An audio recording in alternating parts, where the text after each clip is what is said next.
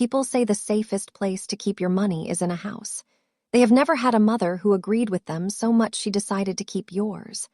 I bought my home with 8 years of overtime and a savings account no one in my family knew existed. I went on vacation for 10 days.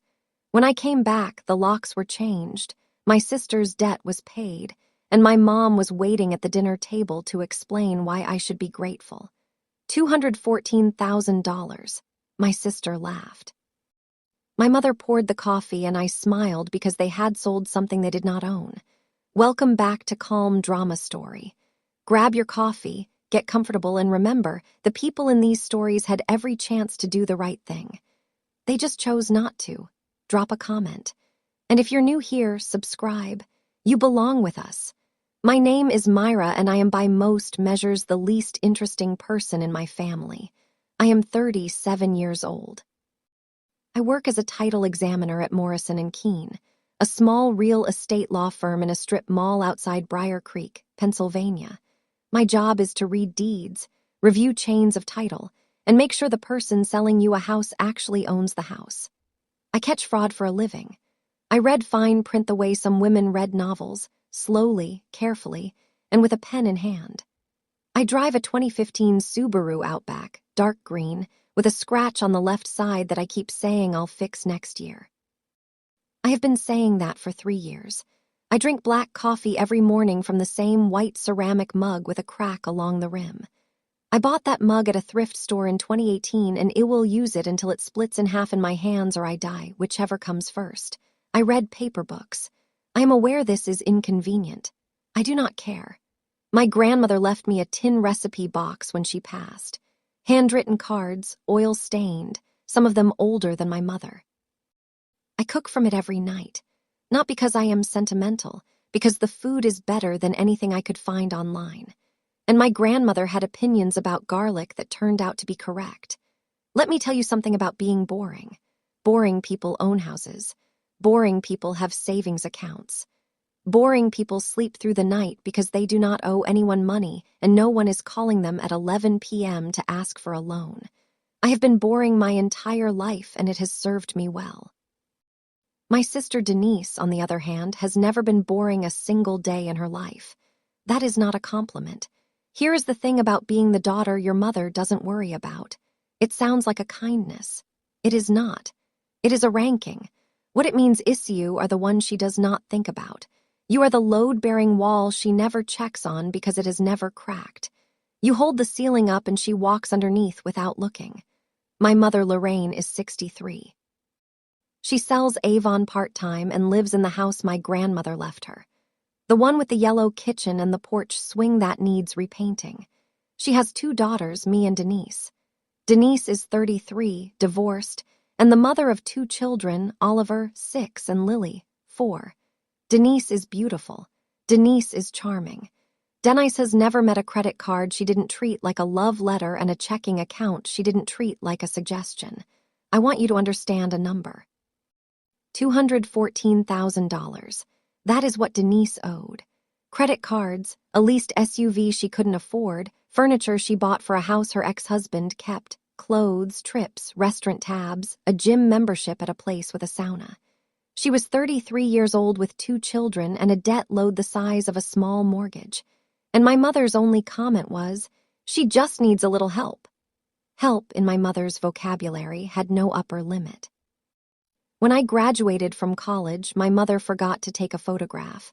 When Denise got a new haircut, my mother posted it on Facebook with 3 heart emojis and the caption, "My baby girl." I am not bitter about this. I am precise about it. There is a difference. My mother had a phrase she used about Denise. She just needs a little help.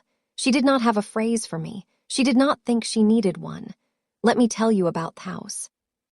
3 bedrooms, 1.5 baths, a kitchen with oak cabinets from the 90s, and a window over the sink that caught the afternoon light at exactly 4:17 every day. The hallway smelled like old oak and lemon cleaner. The 3rd step on the staircase creaked, and I never fixed it because it told me where I was in the dark. I bought it 3 years ago. Down payment of 20% cash. 8 years of overtime, 47 months of packing lunches instead of buying them. a savings account my mother never learned the name of because she never asked. I painted the living room myself.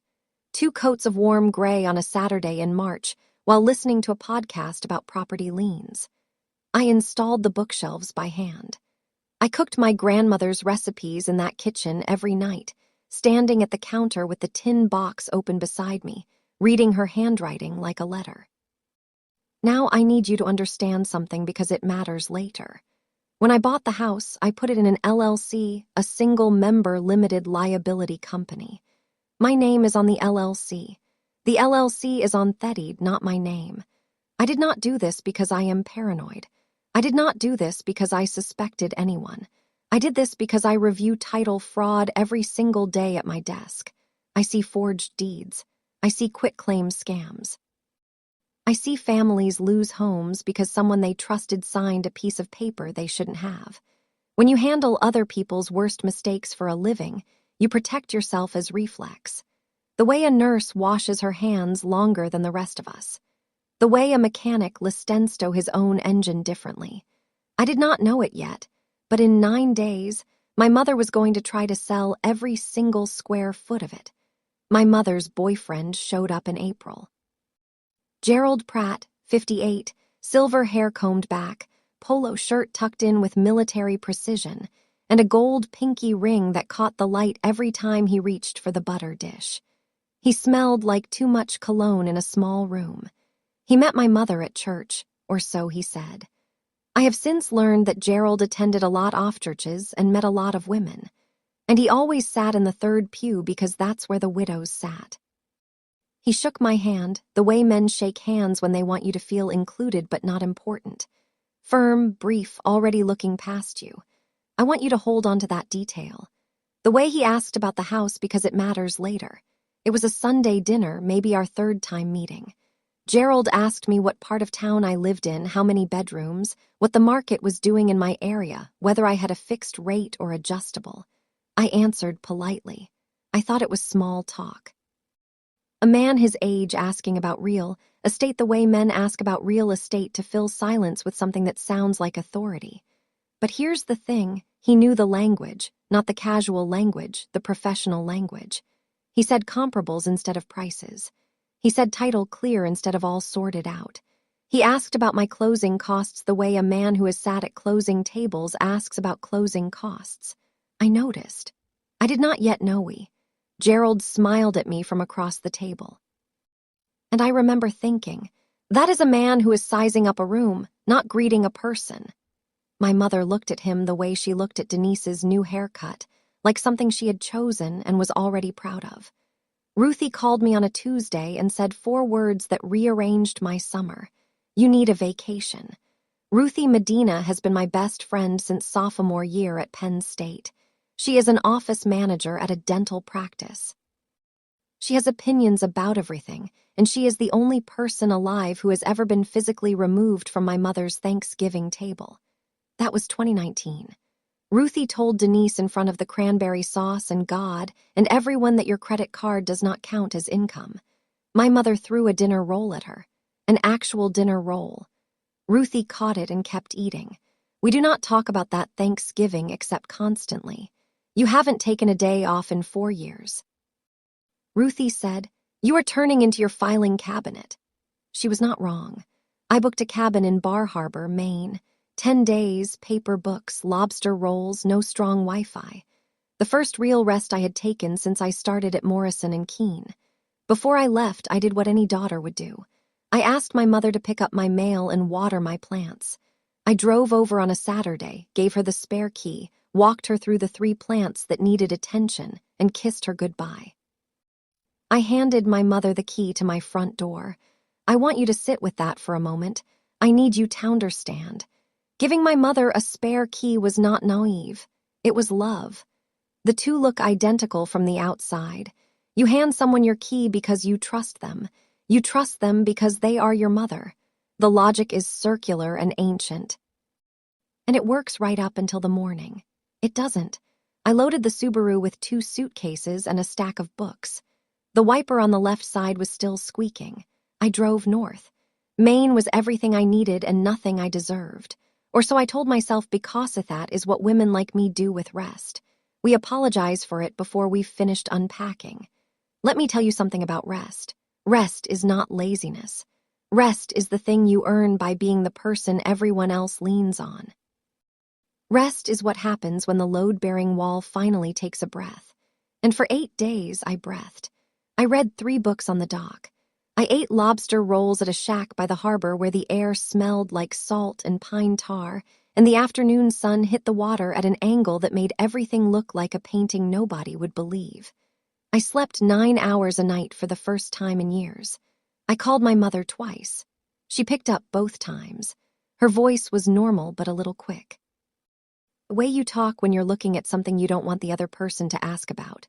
Everything's fine, she said. Enjoy yourself. On day 6, I felt something I hadn't felt in so long I almost didn't recognize it. Calm. Plain, ordinary calm, like a warm bath that doesn't need more hot water. On day 8, my mother stopped answering my calls. I called 3 times, voicemail. I texted Denise. She replied 4 hours later, Mom's fine. She's busy. I called Ruthie. Something is off, I said. Ruthie paused. When has your mother ever been too busy to guilt trip you? I packed my bags that night. I drove home one day early. The Subaru's left wiper squeaked the entire way through the rain. I did not know it yet, but while I was reading a paperback on a dock in Bar Harbor, Gerald was sitting at my kitchen table with a notary. There is a specific kind of silence that tells you something has already happened. Not suspense, not waiting.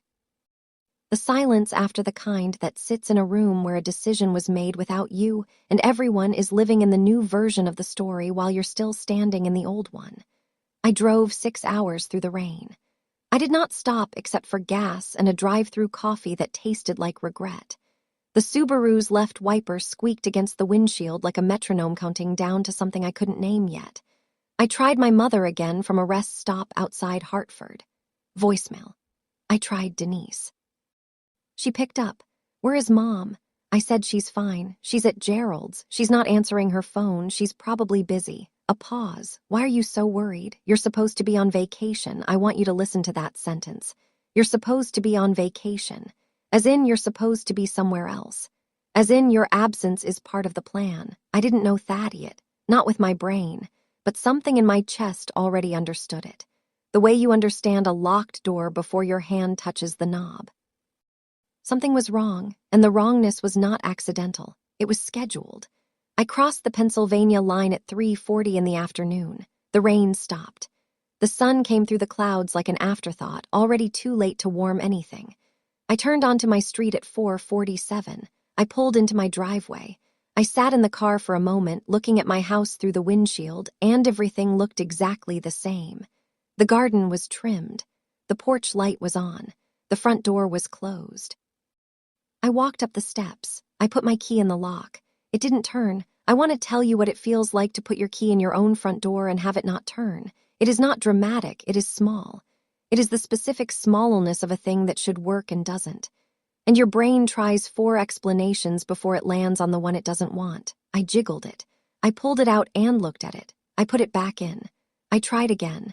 The lock was brass. It was new. It did not know my name.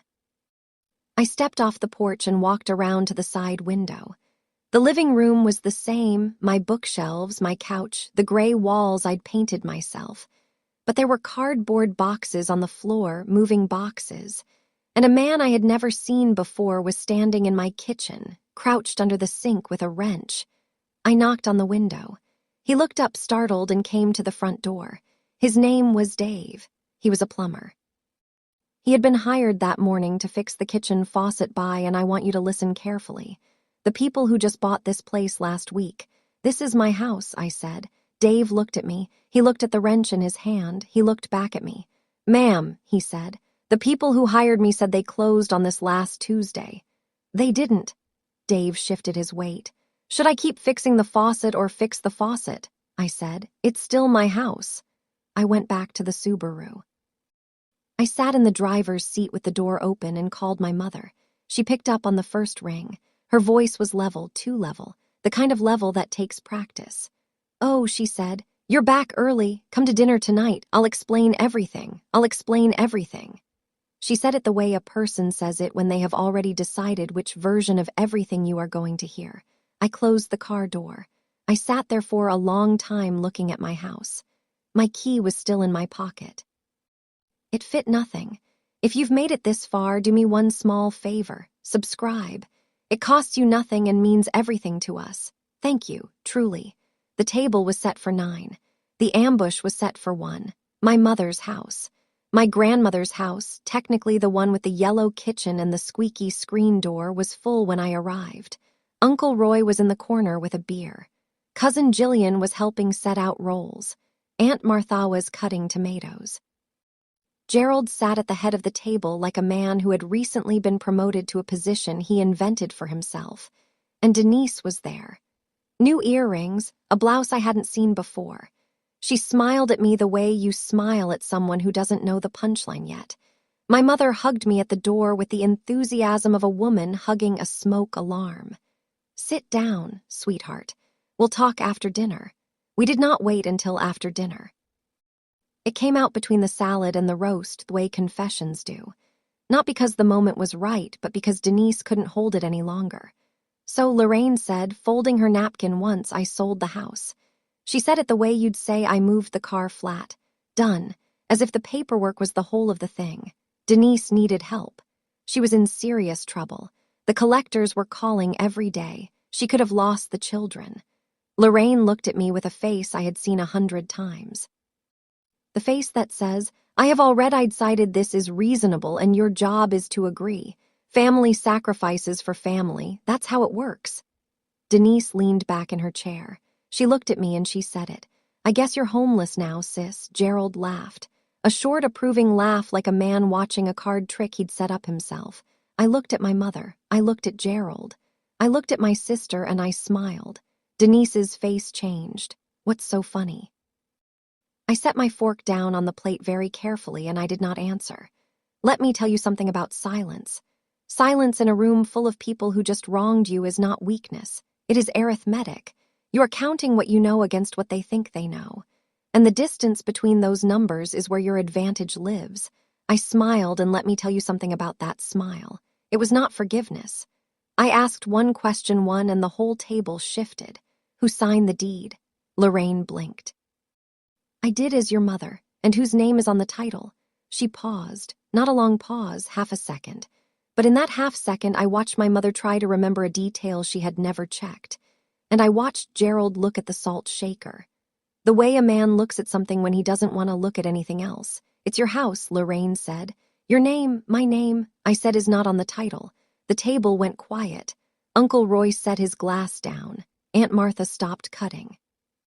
I'll ask differently, I said. Did anyone, you, Gerald, whoever held that pen, check whose name was on the deed before you forged my signature on a quitclaim transfer? The word forged landed on that table like a plate dropped on tile. Lorraine opened her mouth, closed it, looked at Gerald. Gerald's jaw moved once, a small adjustment like a man recalculating directions he'd been confident about 3 seconds ago. You're being dramatic, Denise said. I am being accurate. I stood up. I took my phone from my pocket. I dialed Helen Marsh. And I did it right there, standing at my mother's dining table with every member of my family watching me. Helen picked up on the second ring. That woman has never let me down. Helen, I said, it's Myra. I need you in the morning. My mother filed a forged quitclaim deed on my property while I was out of state. The property is held in the LLC.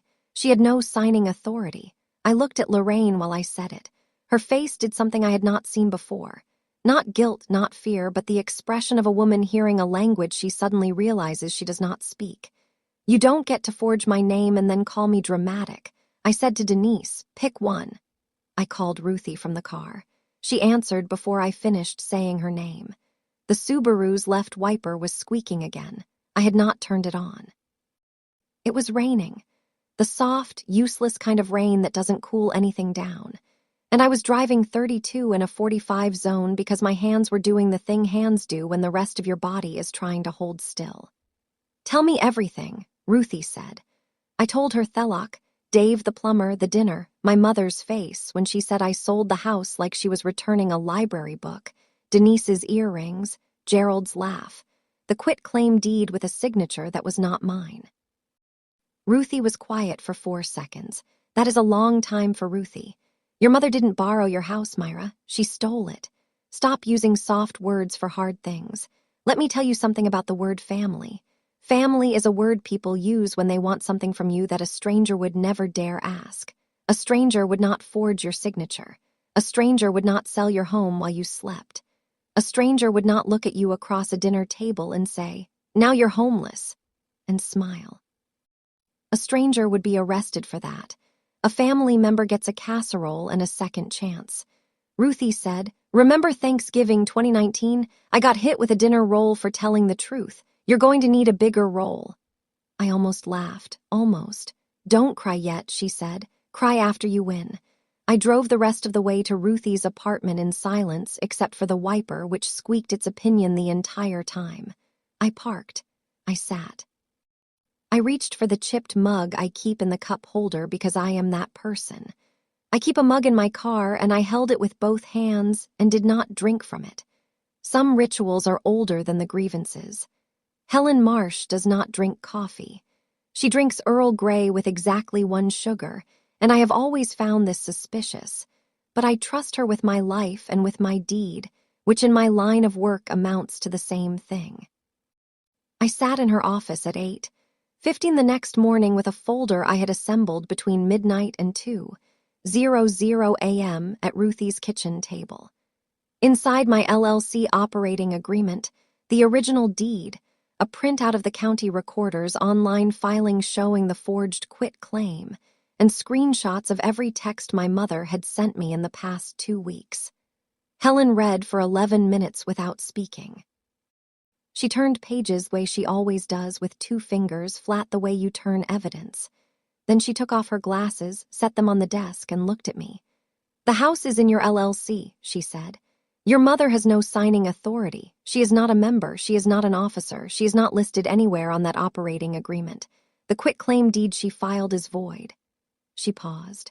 "Not voidable, void. It has no legal effect. Your house never transferred." I sat with that for a moment. "Honey," Helen said, "I've seen deed fraud from strangers, from neighbors, from business partners, but from a mother." She shook her head.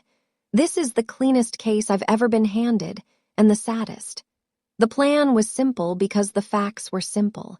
File a quiet title action to confirm the deed was void.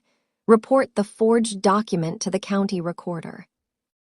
Notify the buyers, whoever they were, that the sale had no legal standing, and decide whether to file a criminal complaint against the person who actually held the pen."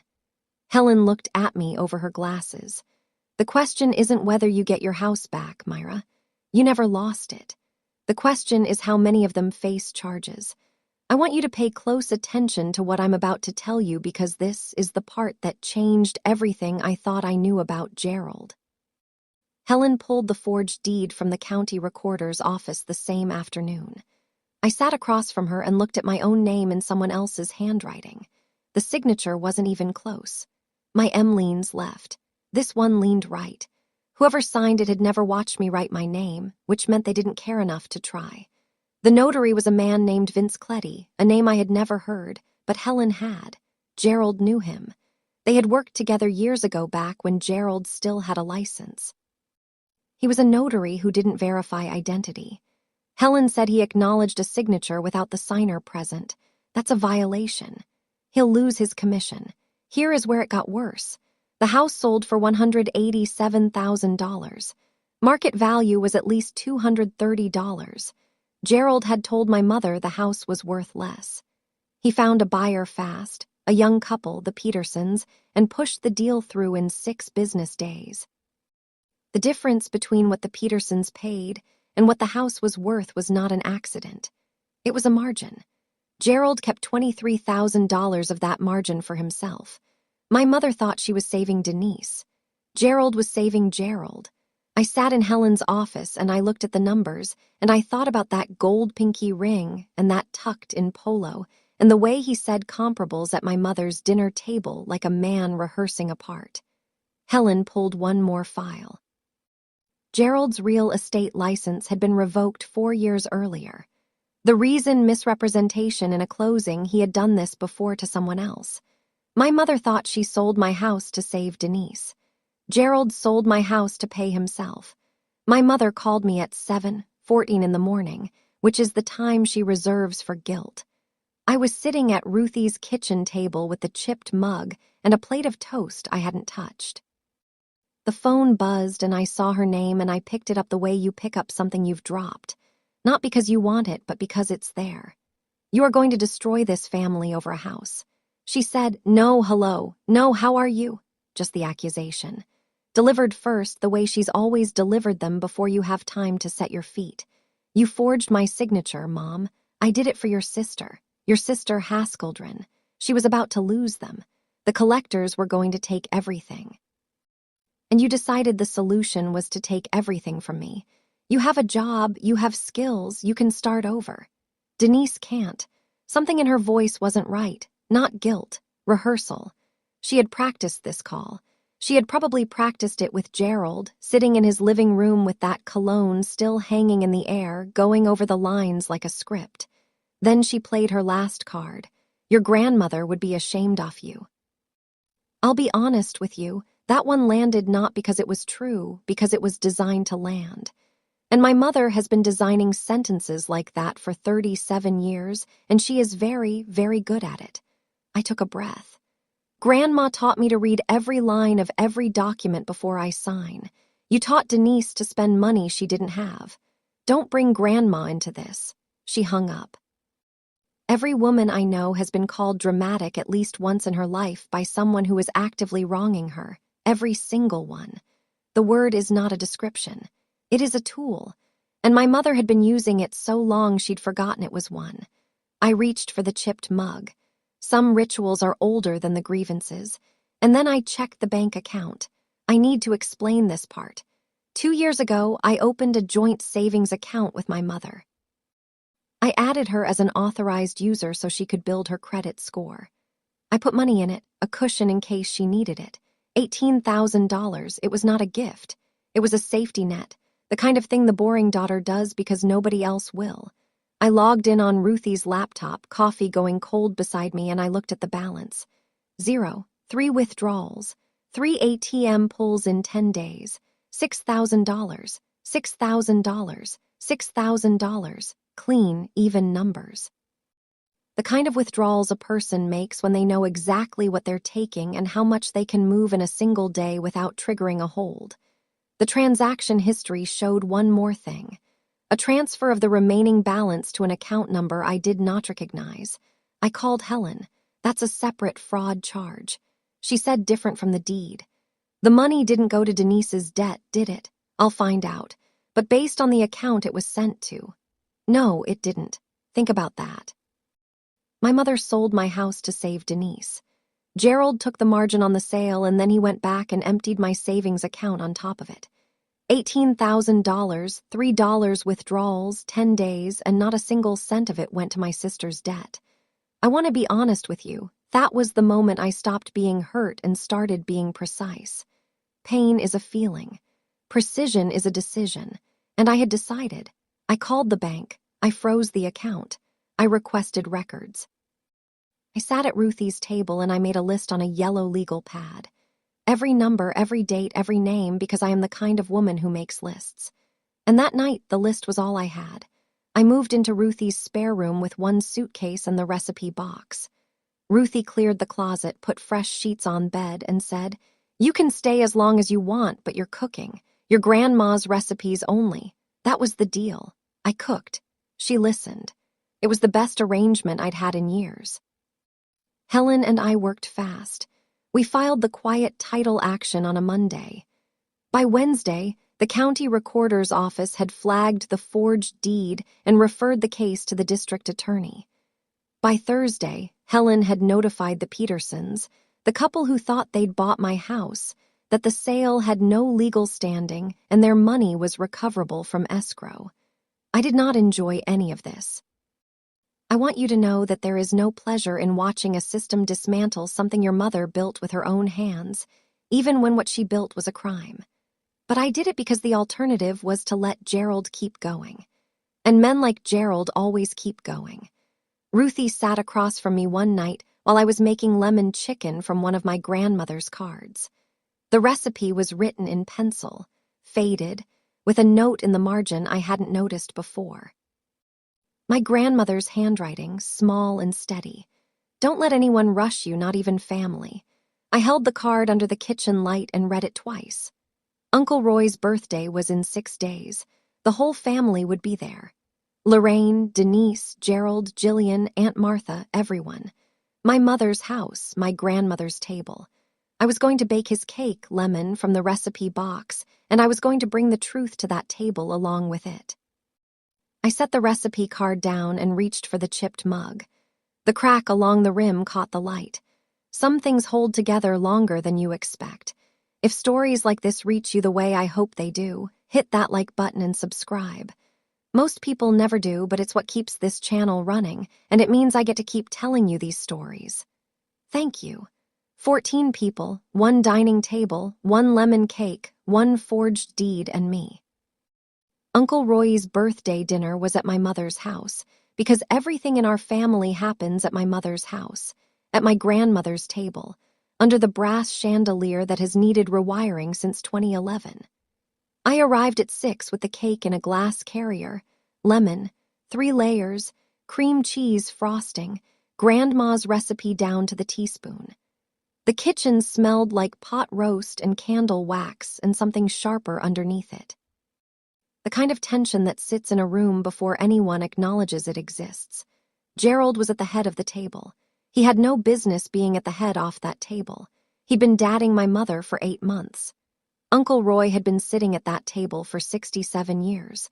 But Gerald sat there the way he did everything, as if it had already been decided, and the rest of us were catching up. Lorraine hugged me at the door. She held on a beat too long, which told me she had something prepared. Denise waved from the kitchen. She was wearing a new dress. I noticed the tag had been removed recently because there was still a small square of adhesive on the collar, $400 on her back while her creditors were on the phone. Uncle Roy caught my eye from the corner. He gave me a small nod, the kind that doesn't mean hello. It means I see you. Jillian was setting out napkins. Aunt Martha was pouring wine. The table was full. The room was warm. The chandelier buzzed faintly above us all. One bad wire away from going dark. Gerald winked at my mother from across the table. It was the last time I saw him smile. This is the part I keep coming back to. Not because it felt good, because it felt necessary. Uncle Roy blew out his candles. We sang. I cut the cake and served it on my grandmother's plates. The ones with the blue rim that Lorraine always said were too nice to use, which is exactly why I used them. My grandmother never put nice things away. She used them. That was the whole point. The cake was on the table. The coffee was poured. I stood up. I have something to say. Lorraine's fork stopped. Not tonight, Myra, especially tonight. I looked at my mother. I looked at Gerald. I looked at every person sitting at that table. And I spoke the way I speak at work. Clear, factual, unhurried. The way you talk when the documents are already filed and the truth is not a theory. Mom, you told the family you sold my house. I want to ask you in front of everyone, what exactly did you sell? Lorraine's mouth opened. No sound came out, because the house at 412 Mapler Run Drive is not in my name. It is held in a single-member limited liability company. I am the sole member. You have no signing authority. You are not listed on the operating agreement. The quitclaim deed you filed with the county with my forged signature has no legal effect. It is void. I let the words sit. You didn't sell my house, Mom. You committed a felony. The room went still, not quiet, still. The kind of still where 14 people stop breathing at the same time and the only sound is the chandelier buzzing overhead. Uncle Roy set his glass down. Lorraine, his voice was low. Tell me she's wrong. Lorraine did not speak. Gerald pushed his chair back. This is a family matter, I don't think. Sit down, Jerry, Uncle Roy said. Gerald sat down. And for the first time in 8 months, he did not look comfortable in that chair. I looked at my mother. You sold something that wasn't yours with a signature that wasn't mine to people who deserved better. That is not family. That is fraud. And then I told them about Gerald's other numbers. The house sold for $187,000. I said market value is $230 minimum. Gerald told you the house was worthless, Mom. He found a buyer in 6 days. He pocketed the difference. I paused. $23,000. Gerald's hand moved to his water glass. He didn't drink, he just held it. He also withdrew $18,000 from my savings account, 3 withdrawals in 10 days. The money did not go to Denise's debt. It went to an account in his name. Lorraine turned to Gerald. I want to tell you what my mother's face did in that moment because it is the thing I cannot unsee. It was not anger, not yet. It was the expression of a woman who is watching a wall she leaned on every day and realizing for the first time that it is made of paper. That's not Lorraine started. Gerald held up one hand. I can explain to me, I said, or to the county prosecutor. Uncle Roy stood up. He looked at Lorraine and said the thing that mattered more than anything I had said all night. You let this man into your life, and he robbed your daughter. Both of them. Cousin Jillian, who had been sitting with her napkin in her lap and her eyes moving between faces the way people do when they are recalculating everything they've been told, said, Wait, Aunt Lorraine, you knew about the deed. Lorraine did not answer Jillian. She was still looking at Gerald. And Gerald, I want you to see this. Gerald had the look of a man who was running out of rooms to leave by. His real estate license was revoked 4 years ago. I said misrepresentation in a closing. He's done this before. Lorraine's face did something I had never seen before.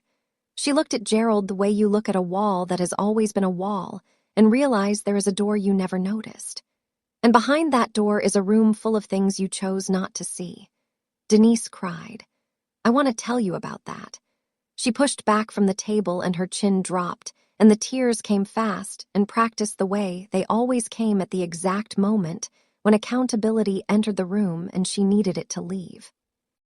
I didn't know it was like that. She said, I thought Mom was just helping me. I have children, Myra. She started to cry. I want to be fair to her. I don't know if the tears were real. I do know they had served her in exactly this way before.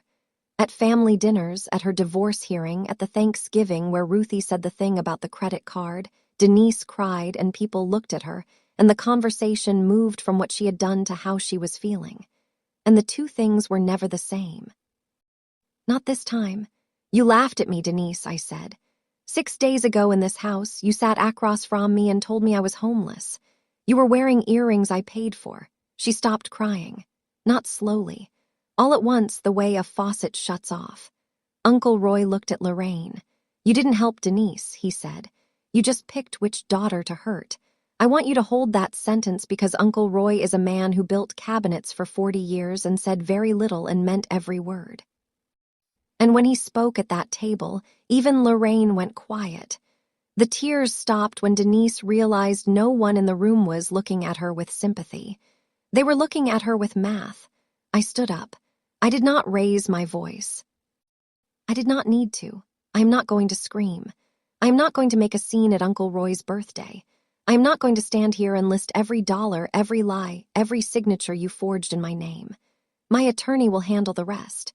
I said it the way I say things at work. Clear, final, documented. Lorraine looked up at me from her chair and said the thing mothers say when they have run out of strategy and have nothing left but the role itself. You would do that to your own mother. I looked at her. You did it first. Think about that. Think about a woman who forged her daughter's name on a legal document, sold her house, gave the money to her other daughter, let her boyfriend steal the rest, and then when the daughter she robbed stood in front of her with receipts, asked, You would do that to your own mother. I picked up the lemon cake. There was one piece left. I said it in front of Uncle Roy, Happy birthday.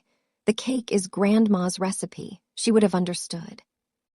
Uncle Roy looked at me and nodded. One nod. That was enough. I walked to the door. I did not look back at Lorraine. I did not look back at Denise. I did not look back at Gerald, who was sitting very still in a chair that was no longer his. There is a moment in every woman's life where she stops choosing between being kind and being safe. The two were never in conflict. Everyone just told her they were.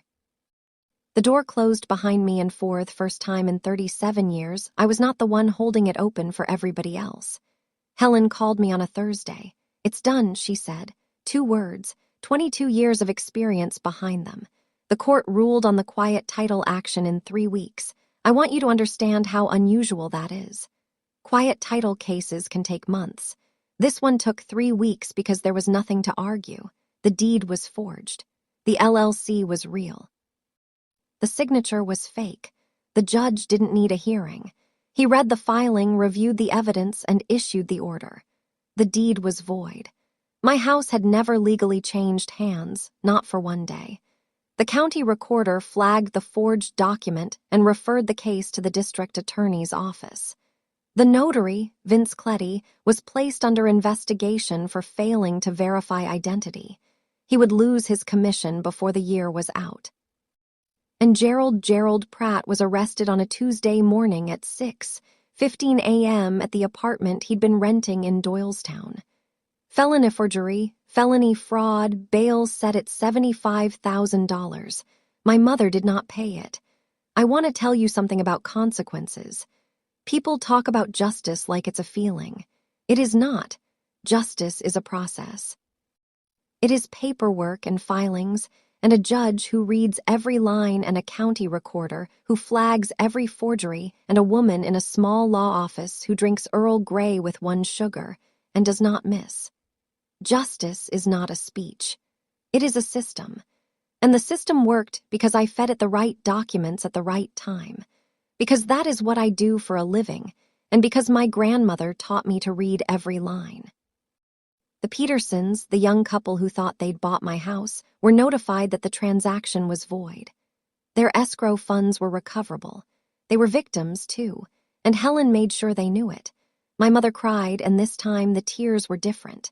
She called me 3 days after Gerald's arrest. It was a Wednesday afternoon.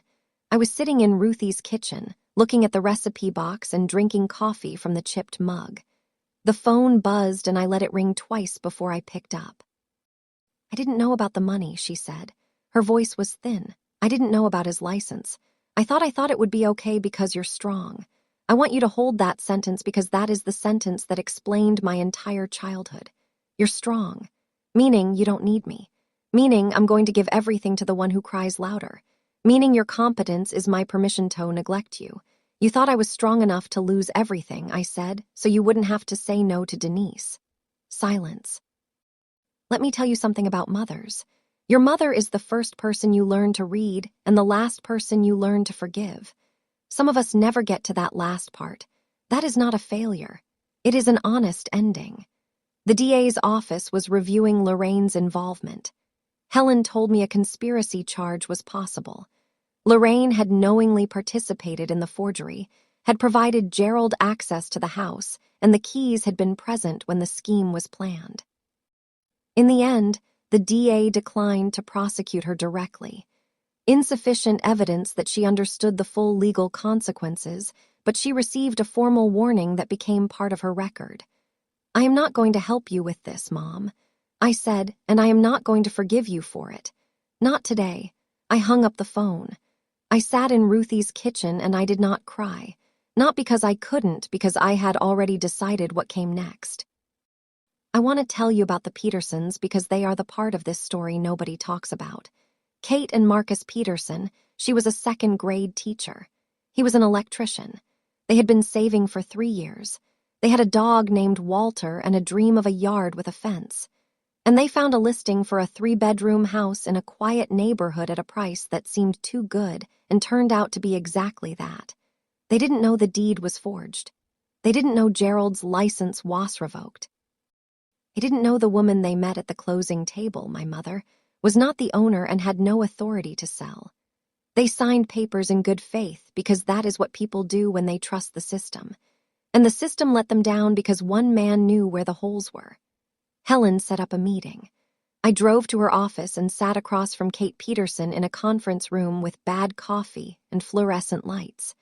And I watched her face when Helen explained that the home she thought she bought was never for sale. We just wanted a house with a yard for our dog, she said. I looked at her and I saw myself 3 years ago, a woman saving for a house, a woman who deserved a clean deed and a front door that locked and a 3rd step that creaked in the dark, a woman who had done nothing wrong. Your escrow funds are recoverable, Helen said. And you have a civil claim against Gerald Pratt for damages. I shook Kate's hand on the way out. You're going to be fine. I told her the paperwork is clean now. She nodded. She looked like a woman who was trying to believe something she had every right to believe. I shook her hand and told her she was going to be fine because she was, and because someone needed to say it. Denise's debt did not disappear. Debt never does. It just changes who carries it. Without the money from the house sale, which had never been a legal sale in the first place, Denise still owed $214,000. The collection agencies did not care about family dinners or forged deeds or tears at the table. They cared about payment schedules, and Denise did not have one. She filed for Chapter 7 bankruptcy on a Tuesday. I know because Ruthie told me and Ruthie knew, because Jillian told her and Jillian knew, because Aunt Martha told her at church. Information in my family does not travel in a straight line. It travels the way water does downhill and toward the lowest point. Denise lost the leased SUV.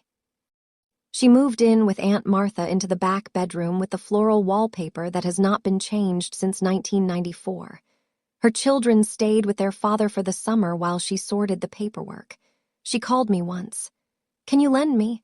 "No, but I'm your sister and I was yours." She did not call again. I'll be honest with you. I did not take pleasure in my sister's bankruptcy, but I did not take responsibility for it either. That debt was hers. Every swipe, every purchase, every lease she signed on a car she couldn't afford, those were choices. And for 33 years, someone had always been standing behind her with a checkbook, and the standing had become the expectation, and the expectation had become the entitlement, and the entitlement had become the thing that ate my house. I did not stand behind her this time.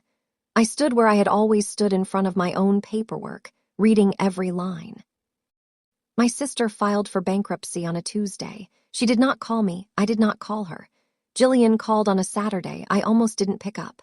She is Uncle Roy's daughter, 29, an EMT in Allentown, and the kind of person who forms opinions slowly and holds them with both hands. She had been quiet since the birthday dinner. Quiet in a way that could have meant anything. Loyalty to Lorraine, confusion, judgment. I didn't know which. I need to say something, she said. Okay.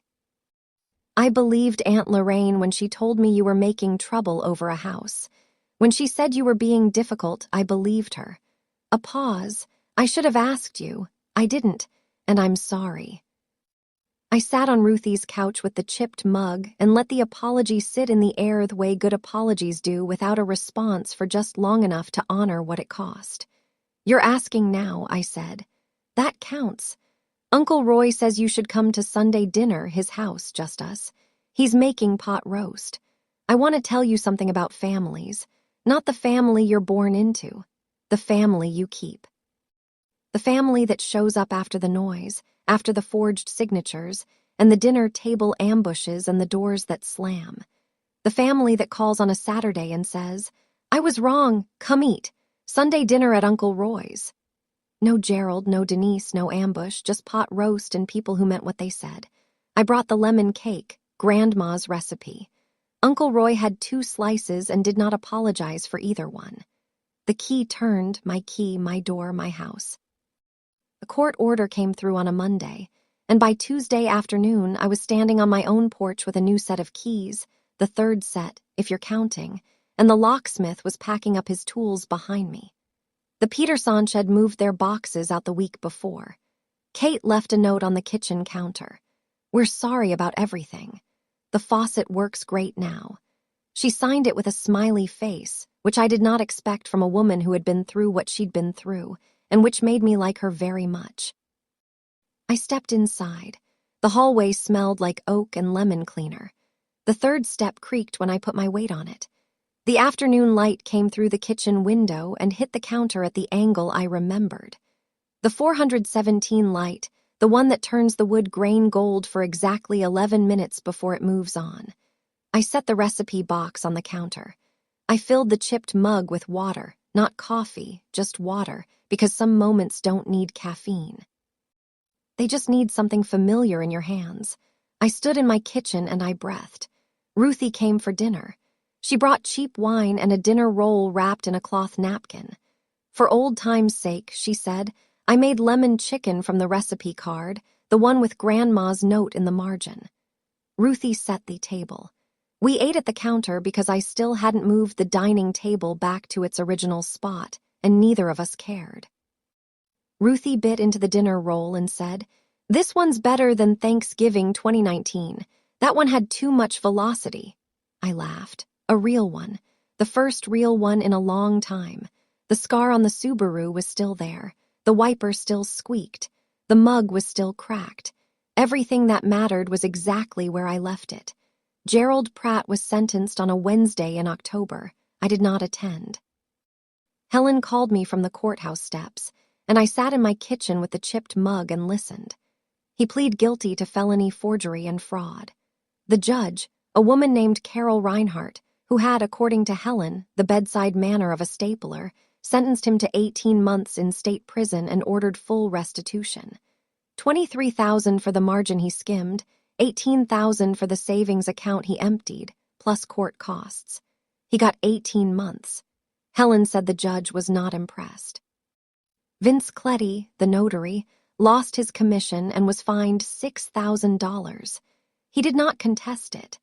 I imagine that is because there is very little to contest when your own journal shows you notarized a signature without the signer present, and the signer's mother was the one who asked you to do it.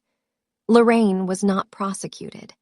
The district attorney issued a formal warning. She had participated knowingly, but the evidence of her understanding of the full legal scope was, in the DA's words, insufficient for criminal charges. She was not going to prison. But the warning went on her record, and the $18,000 she let Gerald take from my account was not coming back. 18 months for $18,000 and one forged signature. The math felt almost poetic. Helen said, He'll serve 12 with good behavior. I said, He doesn't have good behavior. That's the whole point. Helen laughed. I reached for the mug. The crack was still there. The coffee was still good. Let me tell you about what the world looks like when you stop holding it together for everyone else. It looks like Sunday dinners at Uncle Roy's once a month. Pot roast, lemon cake. Jillian brings rolls from the bakery in town. We sit at his kitchen table, smaller than my mother's, louder than my mother's, and we talk about nothing important. Which is the most important kind of talk? It looks like a savings account with one name on it. Mine. It looks like a new deadbolt on the front door and a deed fraud alert registered with the county recorder, which sends me an email anytime someone files a document against my property. I set it up on a Tuesday and it took 4 minutes. And I thought about how those 4 minutes could have saved me a month of misery if I had done them sooner. But I didn't know. And now I do. Lorraine and I do not speak. I have not blocked her number. I have not told her she is dead to me. I simply stopped calling and she stopped calling.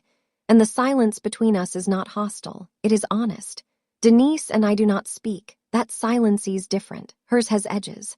Ruthie said, You didn't lose a family, you edited it. I told her I preferred the word revised. She threw a dinner roll at me lightly. We are still talking about it. I changed the authorized users on every account. I updated my LLC documents. I bought a new welcome mat for the front door. It says nothing. It is just a mat. I liked that about it. I found one more thing in the recipe. It was a Saturday morning. October light through the kitchen window. The kind that's cooler and thinner than summer light. The kind that makes you reach for a cardigan. I was looking for the cornbread recipe. Uncle Roy had asked for it, and I flipped to the last card in the box. It was not a recipe. It was a note. My grandmother's handwriting, smaller than usual, written in blue ink on the back of a card for apple butter. You are allowed to keep what you built, even from the people you love. I sat in my kitchen. The chipped mug was in my hands. The light was moving across the counter the way it does. The house was quiet except for the third step, which creaked even when no one was standing on it, because old houses have their own opinions. I do not know if my grandmother wrote that for me. She died before my mother sold the house, before Gerald showed up with his gold ring and his cologne and his vocabulary. She could not have known, but she knew something. She always did. I put the card back in the box. I closed the lid. Some recipes are not for food. I want to tell you one last thing. I did not raise a me voice. I did not lose my house. I did not give my mother the scene she had rehearsed or my sister the silence she counted on. I simply stopped protecting a story that was never mine to protect. My grandmother kept a recipe box. My mother kept a favorite daughter. I kept the deed. And in the end, the woman with the paperwork turned out to be the one they should have worried about. I drove to the hardware store the weekend after the sentencing. I needed a new lock for the back door, the one I'd forgotten about during the first round of changes, because even the most prepared woman misses a door when she's busy closing others. The clerk at the counter looked at the lock in my hand and said, "Replacing an old one, replacing a habit," I said. He did not understand. That was fine. I did. 8 years of saving, 10 days of chaos, 1 LLC, and 1 chipped mug that outlasted all of it. I drove home in the Subaru. The scratch was still there. The wiper still squeaked. The third step still creaked.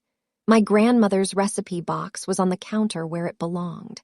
The light through the kitchen window was right on time. Some things break, some things hold. I know the difference now. If this story stayed with you, join our community by hitting that like button and subscribing for more real, raw stories about women who refuse to stay quiet. And as always, thank you for sitting with me. The coffee is still warm, the mug's still chipped. I'll see you next time.